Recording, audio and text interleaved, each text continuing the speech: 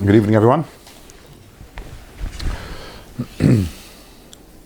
So today we're starting Siman Vav in Iggeres HaKodesh on page 218. For me, it's exciting to start a new Siman, new beginning after spending a few weeks on the old one. Okay, and there's also a difference between Iggeres HaKodesh and the other parts of Tanya that we learned. In other parts of Tanya, even when we started a new Perek, I had to explain what's the connection between this Perek and the previous Perek, because it was all one continuation. Right, one continuum. Over here, okay, doesn't make a difference if you were sleeping the last few weeks by class. I'm not looking at anyone in particular over here. Okay, new start. Zereat Tzedakah, Secher Emes. It's a pasuk in Mishlei. Pirush, what does this pasuk mean? Shezchar zriyas tzedakah. What is the reward for planting tzedakah? Himidas emes is the midah of emes. What's the connection? What's the connection between what? Between tzedakah and emes. That's the only connection that's bothering you? What's the connection between tzedakah and planting? I'm planting tzedakah. What do you plant tzedakah? I don't plant tzedakah. So what you're? I mean, he might mean over here it's an investment. Zriyas tzedakah, you're investing for something in the future. So first of all, giving tzedakah, you can get something back. I get it. So,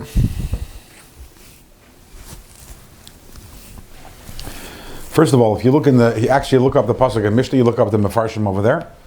So, I saw you gave me a look when I said secher, and you didn't know it. I thought it was schar. You thought it was schar, right? Yeah, look at schar. So Rashi actually says that secher is like with a samach. He has a different understanding of what it means. And even the Mefarshim that do say that secher is melashon schar as a reward, but most of the Mefarshim over there, they learned the pasuk to mean zereat tzedakah, that if you give tzedakah, the schar that you get is a true reward. In other words, it's guaranteed. You don't have to worry about it. It's a guaranteed return. It's a guaranteed return, right? But the Alter Rebbe doesn't learn that way. The Alter Rebbe's understanding of the pasuk is zereat tzedakah, that if you give tzedakah, or if you plant tzedakah, whatever that means, secher emes, the reward is emes. You get emes. That's what you get. Not that it's a true reward, but the reward is truth.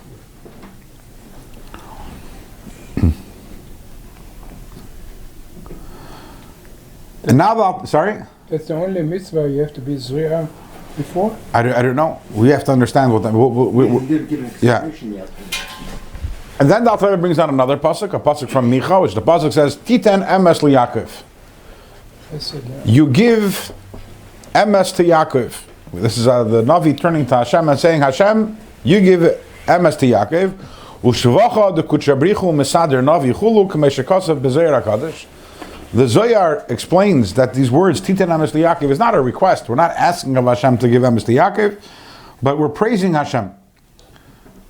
Some of you might remember from Tashlach. This is part of the Tashlach. Mi kel kamecha, who is like you, Neiso Avan, Evral Pesha. And then we continue, Titen emes liYaakov, Chesed Lavram. It's part of the praise. It's part of the Mi kel kamecha. We're saying, Hashem, who was like you? And part of the praise that we're giving Hashem is that Titen emes liYaakov, that Hashem gives emes to Yaakov and Chesed Avram. V'tzarach lahavin, we have to understand, V'chi ein emes b'Yaakov chas v'shalom. Is Yaakov deficient in emes? At HaKodesh Baruch Hu yitim alamayla, to the point that Hashem has to give him emes. And we know that also emes is something which is special to Yaakov. We don't say Titen emes l'Avram, Titen emes l'Yitzchak, which means that Yaakov, there's something special about the emes of Yaakov Avinu. And the question becomes, one second, and Avram didn't have emes, Yitzchak didn't have emes, and Yaakov Pashat, if Hashem wouldn't have given him emes, he'd have been walking around telling everyone lies. Chas v'shalom. So the first thing that we see from this over here is that obviously we need to have a better understanding of what emes is. So we have here emes twice. You have two psukim, both of them talking about emes. One of them is the first pasuk, which is about giving tzedakah, the reward of which is emes, and that's obviously the larger context over here, because as mentioned numerous times, the letters of the Alter Rebbe over here in Iggeres HaKodesh, for the most part, are about giving tzedakah. So this is another letter which is going to talk about the advantage of tzedakah, and the advantage of tzedakah is that we receive emes for it, but we need to understand what emes is. Obviously, emes doesn't mean, and in general, what does it mean that Hashem rewards you with emes? What does that even mean? Think about that for a moment. That Hashem rewards you, that you don't have the ability anymore to say something which isn't true, takes away your bechira chavshis. And if Hashem didn't reward you, you couldn't say emes. So what does that mean even to receive emes as a reward? So we see over here a few things. Number one, we see that emes is a reward for tzedakah. Number two, we see something else, which is that there's a special relationship between emes and Yaakov Avinu. On a deeper level, what does that mean? That means that Hashem gives emes to Yaakov. So if we want emes, we have to be Yaakov. We have to figure out what did Yaakov stand for, what was his special avodas Hashem, and when we are like Yaakov, then we get emes. So with this simple preface over here, we have several questions. Let's say we have 6 questions already. Question number 1, what is emes? Question number 2, what is Yaakov? Titein emes liYaakov. If we want emes, What does Yaakov have to do with the emes? what is Yaakov and how do we become Yaakov? If I want emes, titein emes liYaakov. Hashem gives emes to Yaakov. Okay, so again, question number 1, what is emes? Question number 2, what is Yaakov? Question number 3, why is it that through giving tzedakah I get emes? What's the connection? We know that the reward and everything is midah connected midah. What's the connection between tzedakah and emes? Question number 4, why is it that through Yaakov you get emes? We don't know yet what Yaakov is or what emes is, but we do know that Yaakov gets emes. What's the connection between them?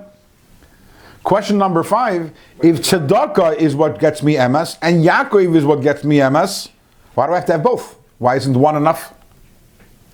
And question number 6, what does it mean b'chol zirei tzedakah? Why do we do this? We have a davening. Right? Zirei tzedakah, we have a davening? מצמיח ישוע. Zirei tzedakah is Masmiach Yeshuas, right? בורא רפואות, נורא תהילות. What's this connection between ziriyah, between sowing, between planting and tzedakah? That's our last question. All of these questions will be answered in this Perek. One more time. Question number 1, what is emes? Question number 2, what is Yaakov? Question number 3, why does tzedakah lead to emes? Question number 4, why does Yaakov lead to emes? Question number 5, why do you need both of them to get emes? And question number 6, what does it mean? What does it mean, ziriyah tzedakah? So to understand this, we have to, the first thing that the Rebbe is going to do is going to discuss what is Yaakov, and then we are going to discuss Mirz Hashem, not today, but in a later class we will discuss what is emes, and then we have to figure out why tzedakah brings to emes, and also all the answer to all the questions. But the first thing we're going to talk about is the avodah, the special avodah of Yaakov Avinu. We have 3 avos, Avraham, Yitzchak, and Yaakov. Why 3? Why not 4? Why not 1? So these are questions that we usually Overlook. I don't think too much about them, because if there was 4, Why not 3? then we'd ask why not 3? Why can't one have all? And if there's 1, right? Why do you have to have? But it's like those questions. That's what it was, right? There happened to have been 3 Yidden, 3 wonderful people who were big tzaddikim, who they recognized Hashem's greatness and they served Hashem. So they became. They received the distinction of being called the forefathers, the patriarchs of Klal Yisrael. But of course, that's silly. Especially when you start learning Chassidus and you realize that everything is exact and everything is precise. And the reason is because Avraham, Yitzchak, and Yaakov, they represent 3 foundational midos and 3 ways of avodas Hashem, which every single one of us have and every single one of us have to exercise in our daily life. And why are there 4 imohis? Because whatever the imohis represent, you need to have 4. But it's important to understand about the three of us. We have afterwards, for example, we have 12 shvatim. But that doesn't mean that every single one of us always has to have all the avodas of all the shvatim. You have to have the avodah of your particular shevet. But no matter which shevet you come from, Avraham, Yitzchak, and Yaakov, you need to have. What is Avraham? What is Yitzchak? What is Yaakov? So this is something that we've talked about in the past. Avraham is the midah of Hesed, which we have in this pasuk itself, right? Titen emes liYaakov, Hesed la'Avraham.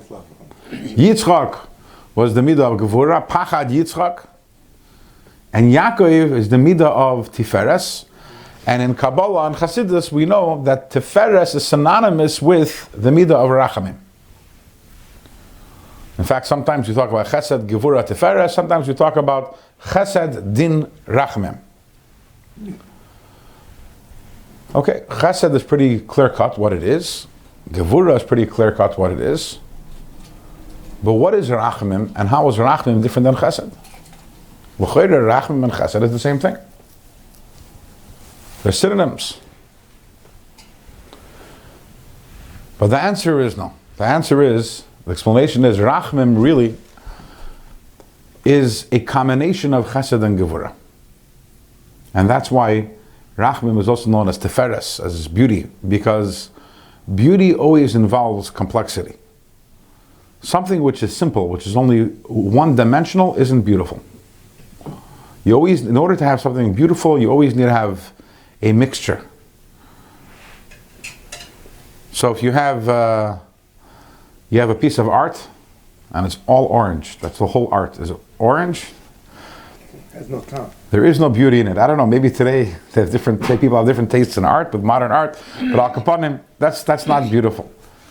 If you have a person that's dressed completely all in one color, it's not beautiful.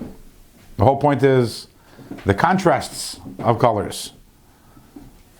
And it's in every single area. What makes a song beautiful? If you had one note, if a song was comprised of one note, the beauty is actually the many different notes coming together to combine to make a certain melody. And the same thing is in every single food. An apple, it tastes good, okay, but the beauty, you want to talk about what a recipe which is Tiferes that has to include a little of this and a little of that, a little of the other, which brings it a complexity and a certain sophistication to. So the same thing is also Tiferes is always when you harmonize and you bring together different elements and sometimes even opposing and contrasting elements. Like if anyone here know a bake sefer, you know that very often your cookies will call for some salt. That'll be one of the ingredients. Salt, yeah, but that's Tiferes. Tiferes is to bring together the sugar and the salt, and together they have a unique taste with the other ingredients to it.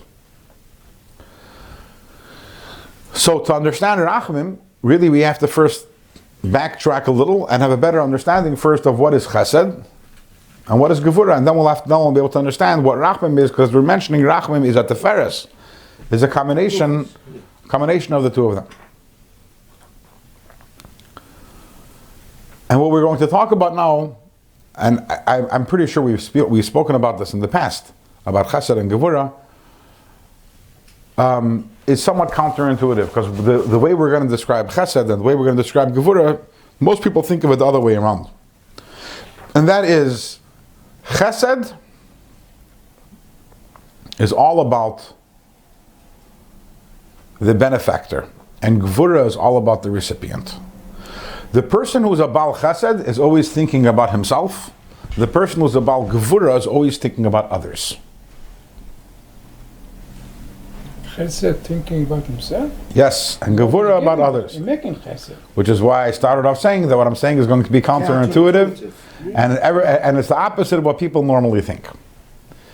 The ultimate Chesed, and this is something we actually spoke about just last week, the ultimate Chesed is that a person has a need to give. What is the example that we gave last week about this? The example we gave is from, you remember? From Avraham Avinu, right? Avram Avinu. It's not like, oh, there's someone out there that needs something, I need to take care of that person. No, it's I need to give.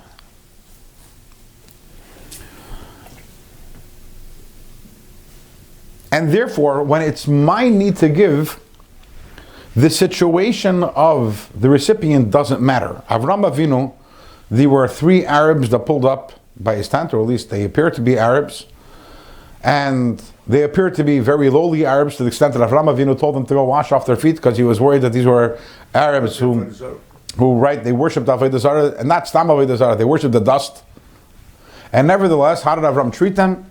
Not just Stam, Royalty. He like royalty, shechts for them, not one animal, but 3 animals, and he'd give each one of them a tongue. There's absolute pure chesed over there. It's irrelevant. Avraham. He ran to do that. He runs to do it, and it doesn't make a difference. There's how worthy they are, or how deserving they are, or whether they need it or not. It's not about that. It's my need to give.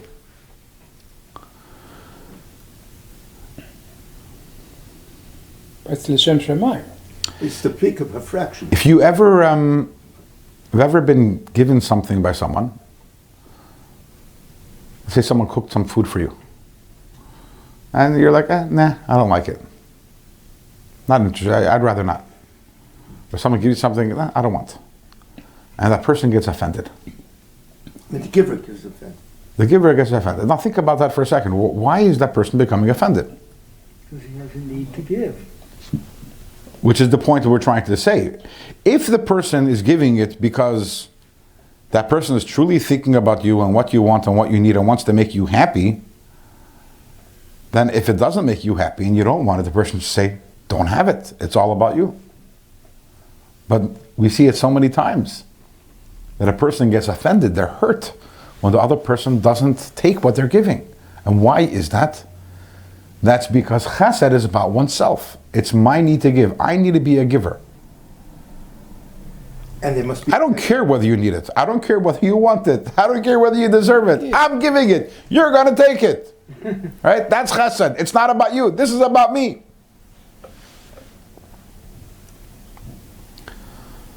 And Avram was the epitome of Chesed, the epitome of needing to give and the desire to give. And again, it regardless of the worthiness of the recipient, regardless of the need of the recipient, just giving.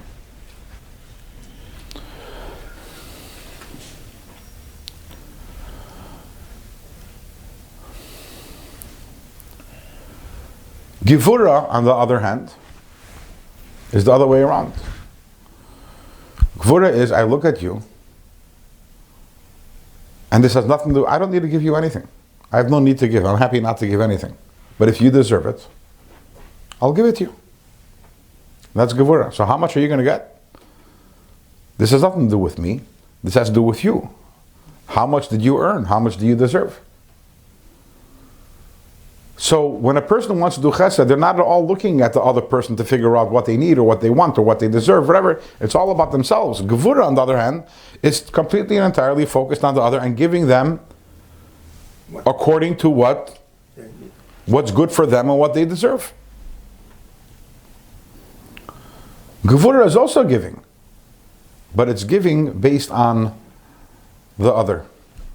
As we mentioned on other occasions, Chesed generally is a masculine trait, and Gevorah generally is a feminine trait. Something by the picture there. Men need to give, but they need to give. They need to be acknowledged and recognized as givers.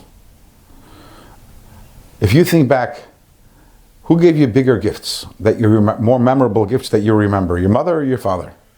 Chances are it was your father. But who gave you more, your mother or your father? Chances are it was your mother. So why is it that your father's gifts stick out and your mother's gifts don't stick out? Because your father, this is more of a again, men obviously also have Gevorah, women also have Chesed, but we're stereotyping a little, but the idea remains, when men give, there's very much a need for that recognition as the giver. They are felt. The Baal Chesed, they are felt. Gevorah, when Gevorah gives, they're not felt. What's felt is the recipient of the gift. So your mother is giving the whole time, but it was never like, I'm giving you something of mine. This is what you need, this is what you deserve, and this is what you're getting. You felt yourself, not your mother. When your father gave, you felt your father, not your mother. An example that I've given at times is that when men give a gift, when husbands give gifts to their wife, so it comes to anniversary, what do? You give a piece of jewelry, and you're hoping that your wife wears the jewelry, and then she walks on the street and someone asks, oh, that's such a nice ring, where did you get it from? Oh, my husband got it for me for my anniversary. That's chesed.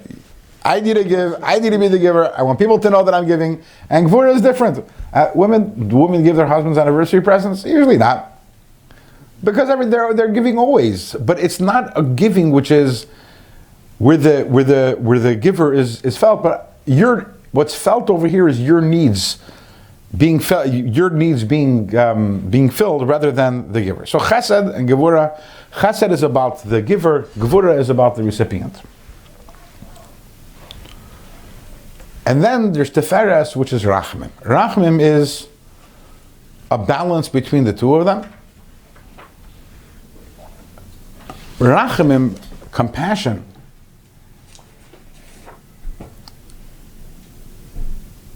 takes in consideration the recipient, but not the worthiness of the recipient, but the needs of the recipient. Who do you have compassion on? When do you have Rachmanis? When you see someone and they have a need, they have a desperate need, that's when you have Rachamim. So Chesed does not take under consideration need. Chesed gives regardless of need, regardless of worthiness. Gevorah, on the other hand, doesn't take under consideration. To them, need and worthiness. In Gevorah, need also doesn't make a difference. Either you deserve it or you don't deserve it. So neither Chesed or Gevorah cares about need. Chesed gives regardless of need. Gevorah is not going to give regardless of need. In other words, need doesn't factor into its decision whether to give. Gevorah gives only if you're worthy. Rachmim is a middle ground. I'm not going to give you stamazai. I'm not going to give you, but if you need it, I will give you. And that's why it's in the middle. Because it does take in consideration the needs of the recipient, but not the worthiness of the recipient. And that is the midah of Yaakov, the midah of Tiferes, which is the midah of Rachmim, compassion, which is discriminate giving. Chesed is indiscriminate giving. Rachmim discriminates and gives based on need. One interesting distinction between Chesed and Gevorah on one side and Tiferes, Rachmim on the other side is illustrated by the fact that in the Mishkan, the Mishkan was constructed out of planks of wood. But if you ever built a log cabin, whether a real log cabin or maybe a toy log cabin, when you build a log cabin, how do you put down a plank of wood and then you put another plank. The Mishkan, on the other hand, the wood wasn't lying flat, rather the planks of wood were all erect. Right. So what was holding up the wood so that shouldn't? What was holding it up? What was holding it all together? If you lie them down horizontally one on another, so then the gravity keeps it down. But if you put it this way, what's keeping them together? So there were brichim in the Mishkan. What are the brichim? The brichim are poles. And there were 3 brichim. So the wood was standing straight up, right? One piece of wood, another piece of wood, and then you had 3 poles holding them all together. There was on the top, there was on the bottom, and there was in the middle. Now the one that was on the top, so let's say the wall of the Mishkan was 30 amas long. So you had 2 poles. One was 15 amas, and another one was 15 amas. One went on this side, one went on the other side. That was the top one and the bottom one. The back wall of the Mishkan was 10 amas, so you had 2 poles. One was 5 amas, and another one was 5 amas. And also the top one. The middle one, the pasuk says, "V'habriach hatikoin b'toich hakrashim." The middle briach, the middle pole that bored through the krashim, through the planks, mavriach min hakotza el hakotza. It went from one end to the other end. In one piece. Which means that if the wall was 30 amas, it was a 30 amas long pole that went in between. So the top ones and the bottom ones, each one went only halfway. The middle one went all the way. Come along Chazal, and Chazal tell us something even more amazing. And they said that the briach hatichain, the middle pole, which was made out of wood, they stuck it in to one side. We know that the Mishkan was like a U, right? There was no wall in the Mizrach. We had a wall in the north, in the south, and on the west. You stuck it in on one side, and it was 70 amas long, and you put it in, and when it got to the corner, it bent, and it went all the way to the next side of the wall. Then it bent further, so it went. That pole went from one end to the other end, and obviously that's miraculous that wood should turn and bend like a snake, and that's what the middle one went from one end to another end. Once again, going back to the question that we asked in the beginning of class, why 3? Why do you have 3 brichim?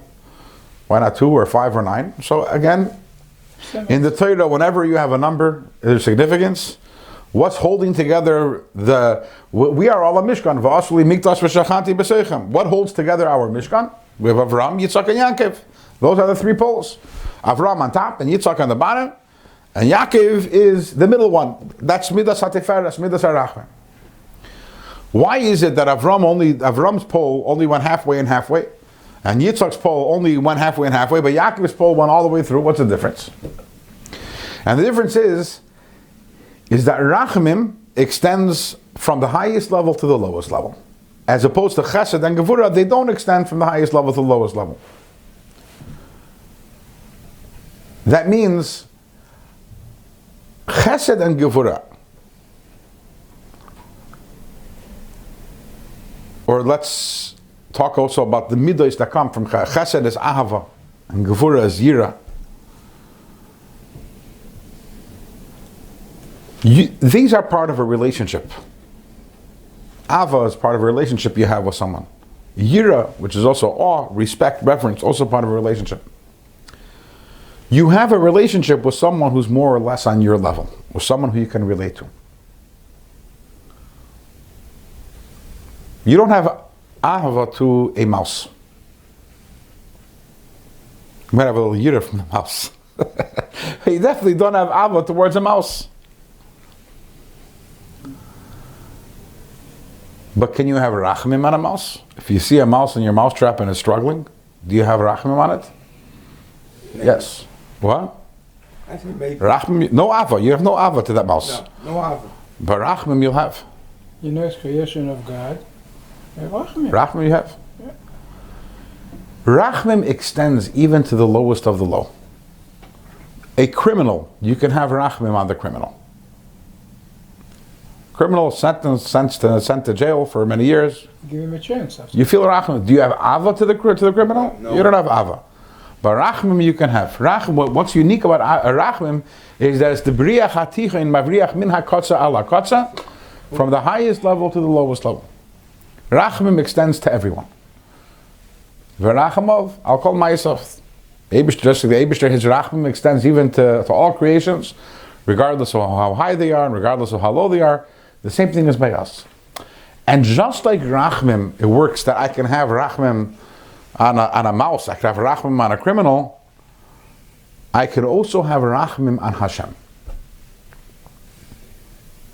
How's that possible? Now, you can say, I can also have... He doesn't need your rachmim. What does he do? Let's first talk about the possibility, then we figure out how to have rachmim. But to have ava for Hashem, even to have yira for Hashem, requires some sort of relationship. Because ava and yira are part of a relationship. What if Hashem is... I don't have a relationship with Hashem. He's a little too lofty for me. But nevertheless, rachmim I can have on Hashem, because rachmim is the briach hatichain, it's the midah of Yaakov, the briach hatichain, briach min hakotza el hakotza. And the avodah of Yaakov Avinu is the avodah of having rachmim on Hashem. Because Avram, Yitzchak, and Yaakov are all different forms of avodas Hashem.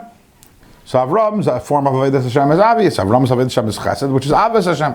Yitzchak's avodas Hashem is also obvious. Yitzchak's avodas Hashem is Gevorah, which is yiras Hashem. What is Yaakov's avodah? Yaakov's avodah is rachmim.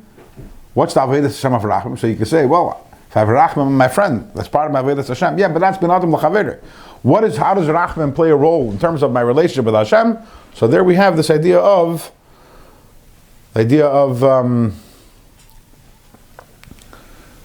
that the avodas Hashem merachmim is that you should have rachmanis on Hashem, and that's what we're going to learn about inside right now. This idea of having rachmim on Hashem, which is the midah of Yaakov, and then obviously we're going to have to figure out what does it mean tita and emes Yaakov, that through the avodah of Yaakov, which is the avodah of having rachmanis on Hashem, through that we arrive at emes. That's for a later stage in our journey. But right now, let's learn about the idea of having rachmim on Hashem. Pains Hashem. Sorry?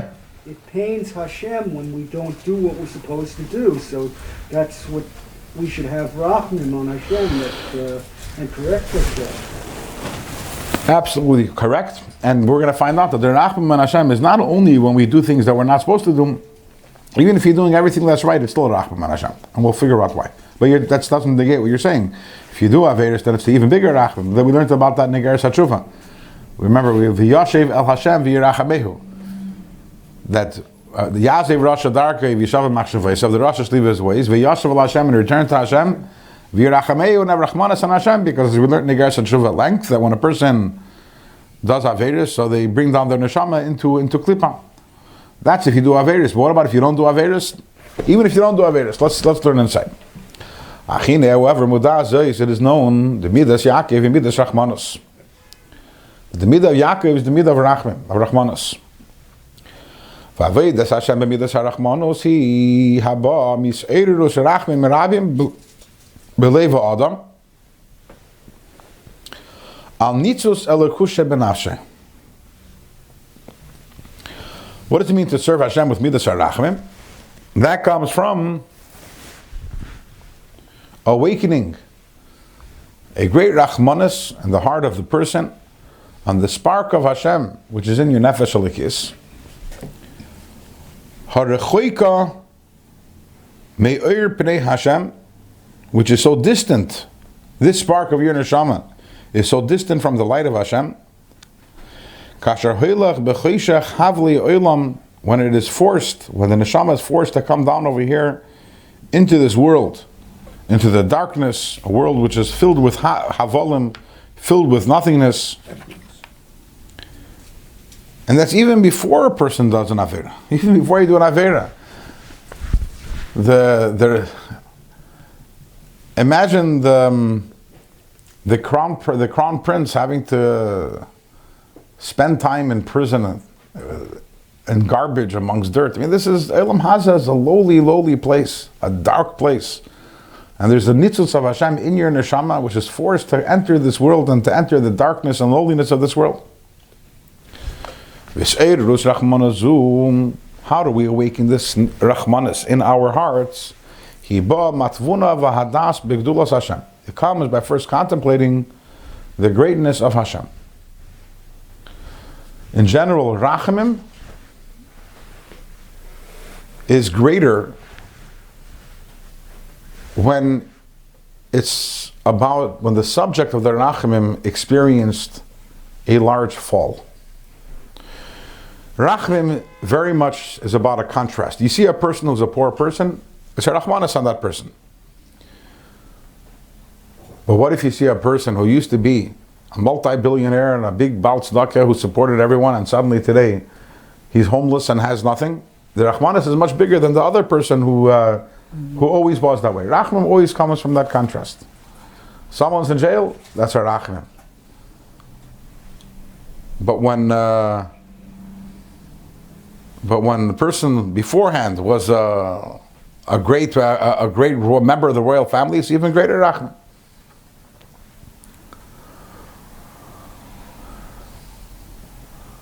Even in practically speaking, you see, let's say you see Rahman al-Islam, someone who's blind. It's Rahmanis in that person. But what's a bigger Rahmanis? On a person who was born blind, or on a person who was born fully sighted and had an accident at the age of 25 and became blind? Which one's the bigger Rahmanis?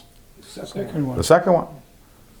So the same thing is also, if I want to be ma'orer on the Rachim and Hashem, the first thing I have to do is consider the greatness of Hashem and think about the greatness of Hashem, because the greater Hashem is, and then you have to think about the contrast. Then you have to think about the lowliness of the world. The greater Hashem is, the lower the world is, where this nitzos, the spark of Hashem, this neshama is present, the more the Rahmanis is. So that's why we have to think about these two contrasts over here. So the first thing we have to think about is the greatness of Hashem. Eich. What is the greatness of Hashem? Even the higher worlds.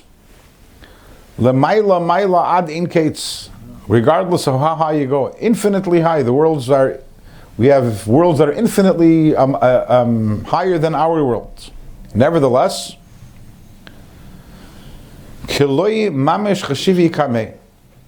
relative to Hashem, these are all nothing. For those of you who have been coming to Tanya share for a while, where this is already a familiar refrain, and this is something which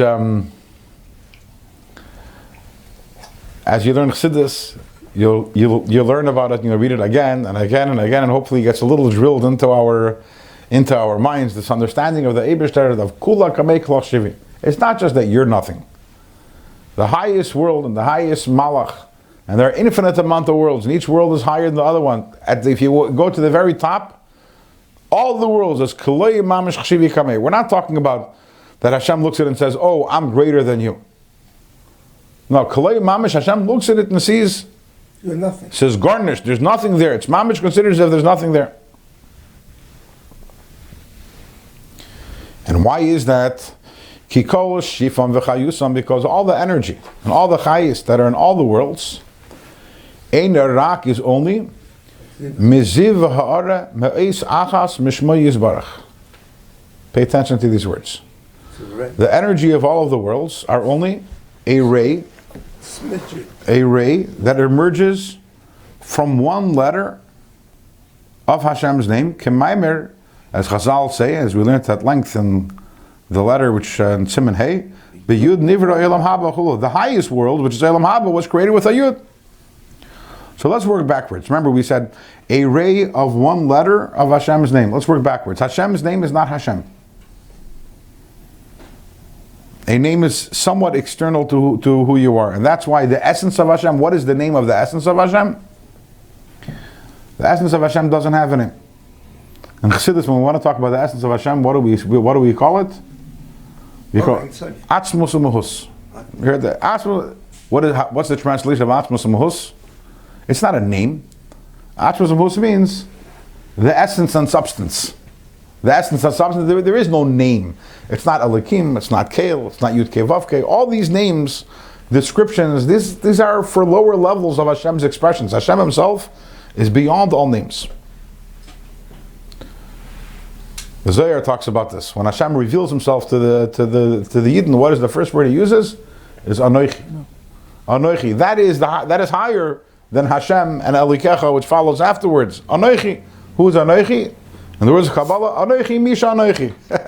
I am who I am. No, I don't have any name. The Zohar says there's no name, there's no letter, nothing. It's just me. So first of all the worlds come from Hashem's name, which is itself is somewhat external to Hashem. But not the entirety of Hashem's name. We come from, of Hashem's name, only one letter of Hashem's name. And moreover, Rak miziv ha'ara me'isachad. We're not talking about that the source of the worlds is the actual letter of Hashem's name. No, the source is ziv ha'ara, a ray that extends from one letter of Hashem's name. So now if all the worlds come miziv ha'ara me'is echad b'shmo yizbarach, then we understand how all the worlds are taki kula kamei kalach shiv, all the worlds taka are nothing.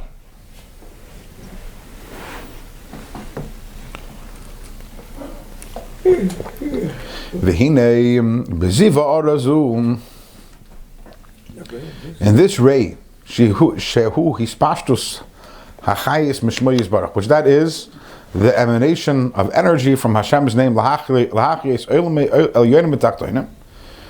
give life to the higher worlds and the lower worlds. Within this very ray, that's where the difference is between the higher worlds and the lower worlds. Our world, as we discussed at length in last period, was created with Hey v'chulu. And also all the differences of all the different details between one world and the next world. As we know, we've learned this many times, this is based on the different configurations of the letters of the Asara Mamaris with which the world was created. So what he's saying over here is the differences between one world and the next, what makes us different than the world of Bria and Yetzirah and Atzilus and all the differences, that's within this very, very limited ray of energy which emerges from Hashem's name. So some of us get more of that energy, some of us less. But as he'll continue later on and say, some of us get more, some of us get less. And we all get a different form and type of energy because of the different sirufim, which is why there's differences. Why is this a plastic cup and this a wooden table or whatever it's made out of? Not wood, what? Because this has one tziruf of Hashem's of the Asar Mamaris, this is another tziruf, and all these tzirufim come from that energy which emanates from one letter of Hashem's name. But relative to Hashem Himself, Atzilus, Bria, Yitzira, Asiya, this cup and this table and this sefer and me, it's all the same. We're all nothing. The difference is, the significance of the difference in one thing and another is only in the Ur which enters the worlds, which is the Ha'ara from Hashem's name. But relative to Hashem, when we say Kula Kamei Kalach Shiv, that means everything is nothing. When you're on a level of true infinity, all of these things are all absolutely nothing.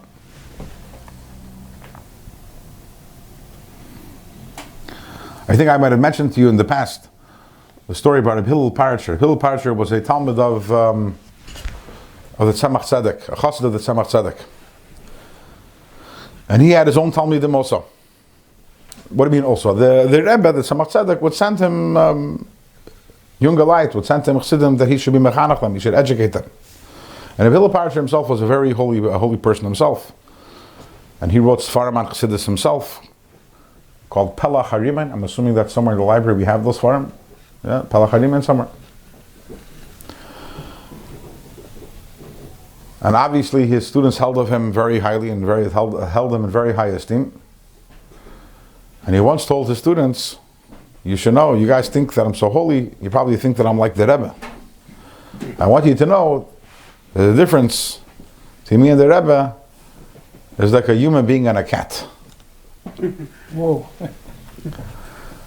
And he says, I don't mean to say that just like I'm greater than you, you might be like cats compared to me, and the Rebbe is that much greater than me. And no, what I mean to say is that when the Rebbe looks at me and the Rebbe looks at a cat, he sees the same thing. Now, we have to qualify that story. Obviously, the Rebbe doesn't look at a yid and a cat at the same level, right? No. But what he's saying is that legabi the Madriga of the Rebbe, this is what he was saying, legabi the Madriga of the Rebbe, all Chassidim, in other words, my intelligence and your intelligence and the cat's intelligence are all the same, because when you're on a level of bli gvul, all gvul is equally nothing.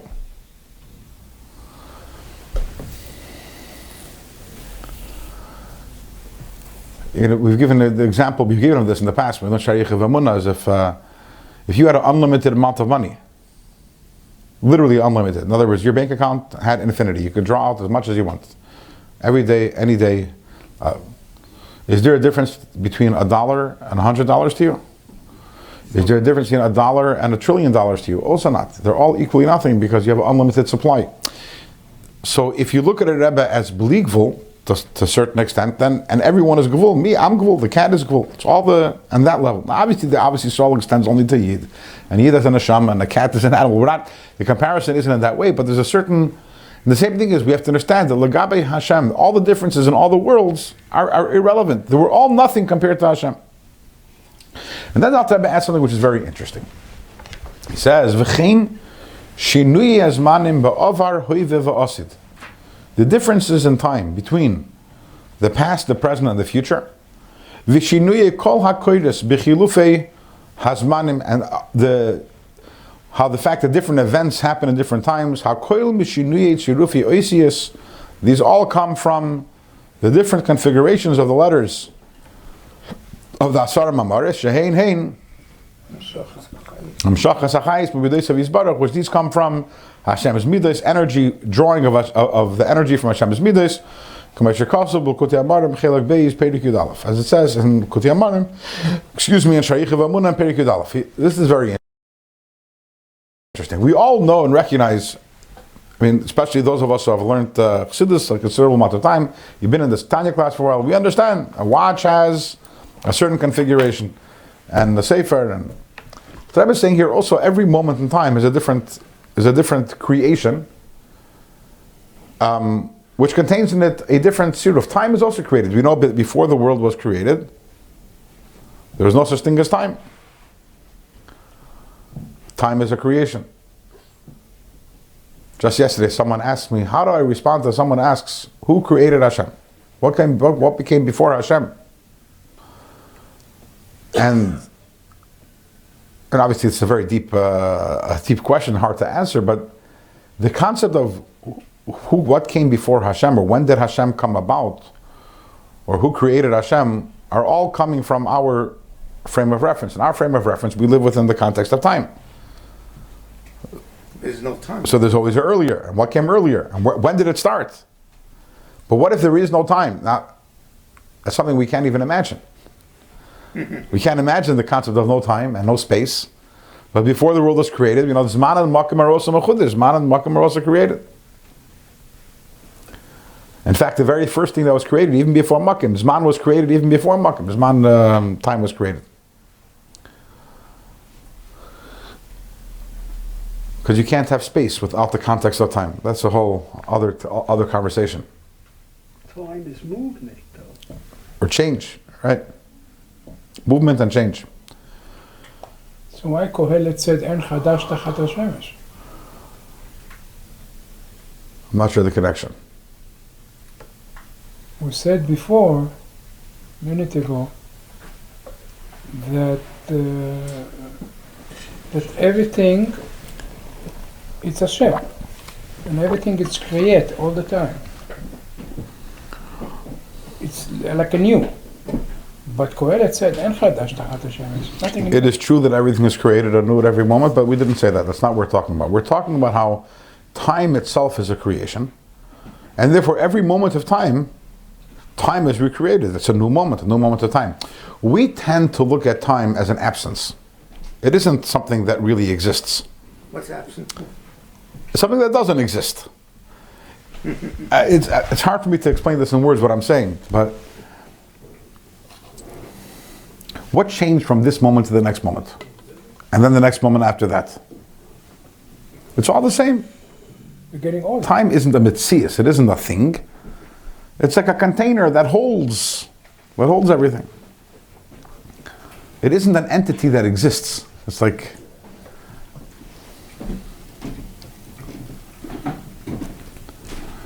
But what if we understood that every moment in time and every day in our life, and this is something which is very related to the idea of Sfiras HaOmer, by the way, where we count the days. It's the only mitzvah wherein time is the object of the mitzvah. Think about that for a moment. Every other mitzvah, it might be, we do it at a certain time. So we eat matzah on the 15th day of Nisan. But the 15th day of Nisan isn't the mitzvah. The mitzvah is done on that day. The object of the mitzvah is the matzah. On the 15th day of Nisan, of Tishrei, we shake a lulav and esrog. So the cheftzah shel mitzvah, the object of the mitzvah is the lulav and esrog. What is the one mitzvah when actually the object of the mitzvah is the time? It's Sfiras HaOmer. You're counting the days. Kum tois. The day is the actual object of the mitzvah. Mm-hmm. And this is a time when during Sfiras HaOmer, when we focus on the idea that time is a creation, and every single moment of time has a different siruf. And each moment of time is unique, and each moment of time is meant to be utilized and elevated, because time is something. Created each moment with a different siruf of the Asar Mamaris. By way of example. Okay, so let's say a week goes by and you look back and you say, oh man, I accomplished nothing this week. I wasted a week. What's bothering you? Why does that bother you? So for the most part is, you don't have Rahmanas on the time. You have Rahmanas on yourself. I wasted a week. And that week is not coming back. But let's say theoretically, suddenly you hear a baskil from heaven and saying, relax. Instead of living 120 years, you're going to live 120 years in 1 week. And you'll make up the time. You're like, okay, that's good. Okay, so no harm done. Okay, so Taka, there was a week of accomplishment that I missed out on, but I was just granted another extra week to be able to make that up.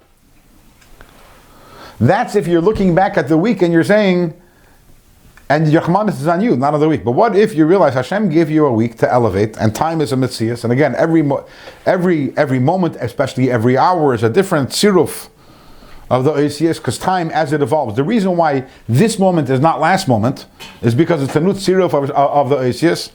That week that you wasted, it doesn't make a difference if you get another week afterwards. That week was wasted. That week is an Aveda Shein Chezeres. Because it's not about you, it's about the time. It's like you saying, I'm missing the day of Sfiras HaOmer, and I'm saying, it's fine, I'll count another day after Shavuos. It doesn't work. That day wasn't counted. What was the mitzvah? But that's the message. One of the messages of the mitzvah. That day wasn't counted. And this idea that every single day is unique and has a unique energy, not only every day, but every moment. And what makes it unique is that it's a different siruf. So we're here sitting, how many years since the creation of the world, right? 5,781, how many moments? And every single moment is a different siruf of the Oisius. How is it possible there's so many different sirufim? So we learned about that already in last Perek, right? How the Arba, remember the stones that build the houses. And we have thousands or hundreds of letters in the Asar Mamaris, and when they're transfigured, and then when you start playing with them in Atbash and Gematria, you have an infinite amount of possibilities that emerge, and that's an infinite amount of moments. But every moment has its own life, its own energy, and that's what makes it different than the moment before, and that's what makes it different than the moment afterwards.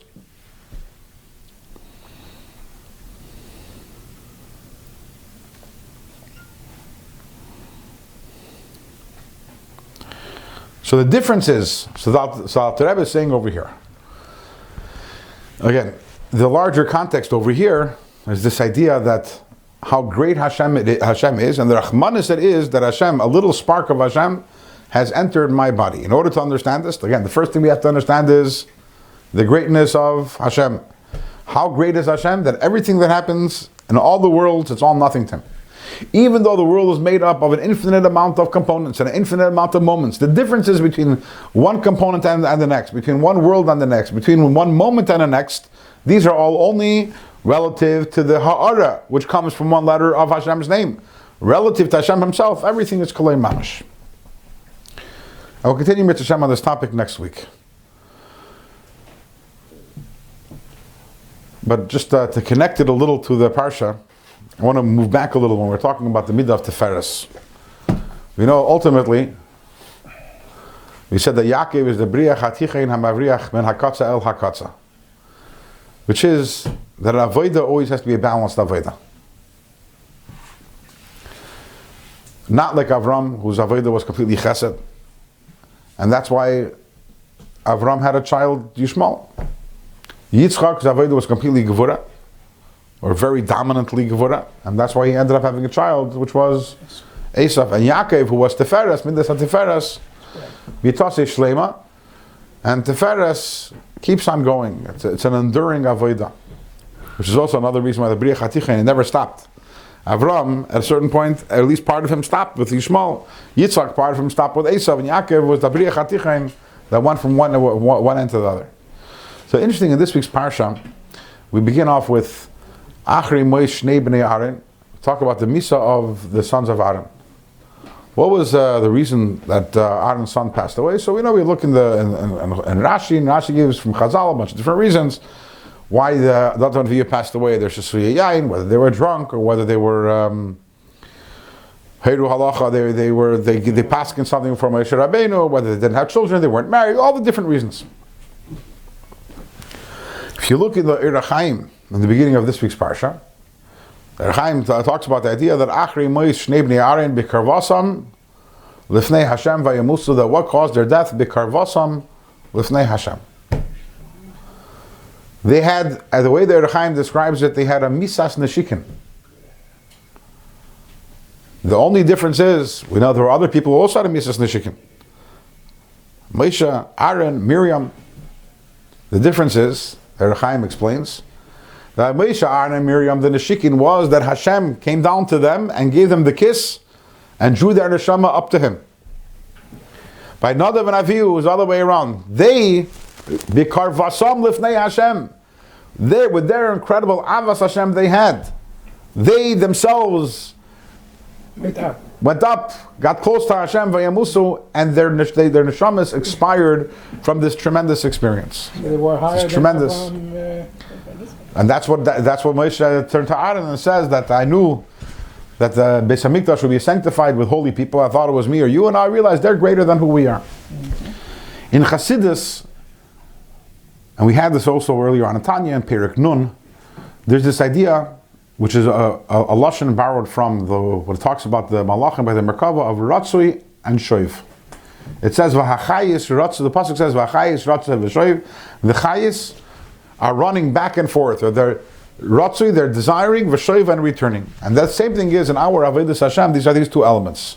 Element number one is the idea of Ratzui. This tremendous desire of the neshama to connect to Hashem. The fact that the neshama is utterly disgusted with this world, utterly disgusted with the guf, and Olam Haza, and the darkness over here. And all it wants is to return to Hashem. Neir Hashem Nishmas Adam, the neshama is like a candle, which is constantly, the flame of the candle, which is constantly reaching upwards and trying to become subsumed in higher. That's the Tnuah of Ratzui.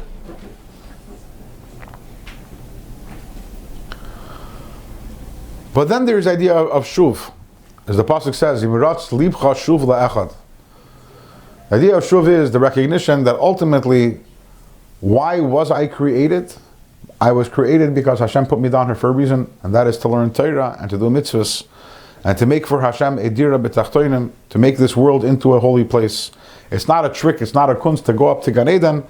And these are the two opposite and conflicting emotions that a Yid goes through. On the one hand there's the Ratzui, and on the one hand there's the Shuv.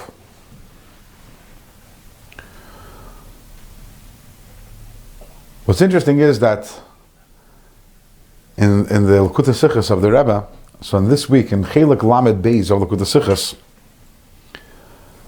there are two Sichos on Parshas Acharei.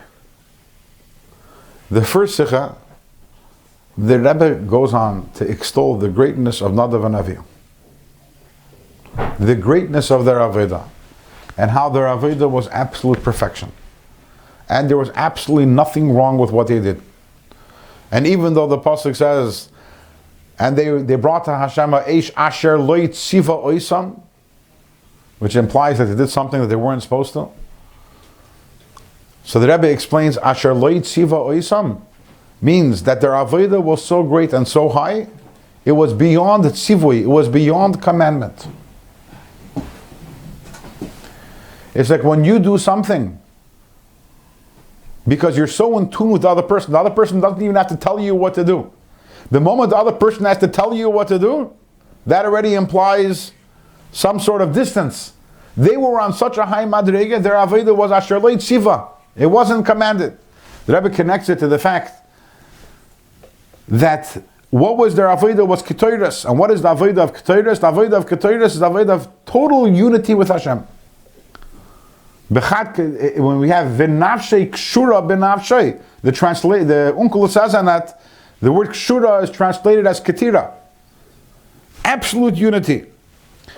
Aaron brought the Karbanis. Karbanis means a carbon, means to come close to Hashem. Karev.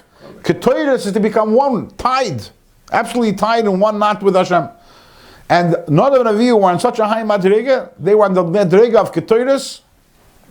And Asher Lo Yitziva, this is such a high Avodah that it can't be commanded, it wasn't commanded. And this resulted in the Kedusha of the Mishkan.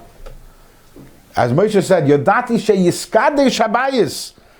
The Kedusha of the Mishkan came from the Avodah of Nadavanavi. And what do we say? Vaydaber Hashem al Moshe, Achrei Meish Nibnei Aaron. And what does the parsha continue to talk about? The Avodah of Yom Kippur. What is the Avodah of Yom Kippur? The Avodah of Yom Kippur is the Avodah of Ketores, the Avodah of connecting with Hashem in a very deep connection. And that's why the Avodah of Yom Kippur is the Avodah of Tshuva. Because it is through Tshuva that we reach this Madriga of Asher Lo Yitziva. Without getting into the details. The Rebbe is extolling the virtues of Nadavanavi and their Avodah, the Avodah of Ratzui. Of Ratzui, desire for Hashem. That's the first Sikh in Chelik Lamed Beis. The second Sikh in Chelik Lamed Beis, the Rebbe brings down that it says in the Kohen Gadol, after he worked the whole day in the Beis HaMikdash, v'yamtev hayoisa, it says that he would go home, and yamtev hayoisa k'sheyatza b'shalom and HaKodesh, he would go home, and then make a yamtev when he left, when he came home, v'yatza b'shalom. The Rebbe explains this, the Rambam, Al Pi Nigla, what does that mean? Why is it a yamtev and why is that important? Connected to the idea that the Kohen Gadol Dafka had to be married, basically zu ishtay. And then the Rebbe explains Al Pi Chassidus, you had here the whole Avodah of Yom Kippur. And the Kohen entering the Kodesh HaKadoshim, and the Avodah of the Ketores. What is the ultimate of all of this? When the Kohen Gadol goes home and brings this all home. Sheyatza b'shalom min HaKodesh. What is b'shalom? Like Rabbi Akiva, it says that Arba nichnusu lepardes, 4 entered the pardes. 3 of them didn't have a good ending, and Rabbi Akiva was nichnas b'shalom v'yatza b'shalom. What does that mean? When he was at peace with Olam Hazeh. When he went in, he didn't go in for the purpose like Nadavanavi to get lost over there in the higher spiritual worlds, but it was b'shalom. And because nichnas b'shalom, he went in with the good intention, yatsa b'shalom, he came out. The Kohen Gadol, when do we celebrate? When yatsa b'shalom. When he comes out b'shalom. Entering the Kodesh HaKodashim is amazing. But the greatest Yom Tov is when yatsa b'shalom, when you go back home to your house, to your family, to your wife, and over there, and bring with you over there the Gilui of the Kodesh HaKodashim. So what is in this Sikha, the Rebbe talks all about the advantage of Shoiv. All the highest Giluyim that there is, the point is bringing it down into this world, into Elam Hazeh Gashmi. And the contrast here is so incredible. One Sikha, the Rebbe is extolling the Avodah of Nadavanavi, how they left this world in a fiery passion of love for Hashem. The next Sikha is all about the Maila of Shoiv, Torah mitzvahs here in this world, bringing Alakus down into this world. And how do you reconcile these two Sikhas? And that's Midas Tiferes. You have Avram on one side, which Avram is generally the Avodah of Ratzi. Chesed and Av is Ratzi. Yira is Avodah of Shoiv. Yiras Hashem, doing what's supposed to be done. Yaakov Tiferes takes within it both the Chesed and the Gevorah, the Ratzi and the Shoiv, and lives a wholesome life, devoted to Hashem with the Ratzi and with the Shoiv, incorporating both of those ideas together. Yeah. The Navi says by the Merkava, v'hachayis ratzui v'shoiv. Yeah. So ratzui means a desire for Hashem, shoiv means returning to your Avodah. Next week.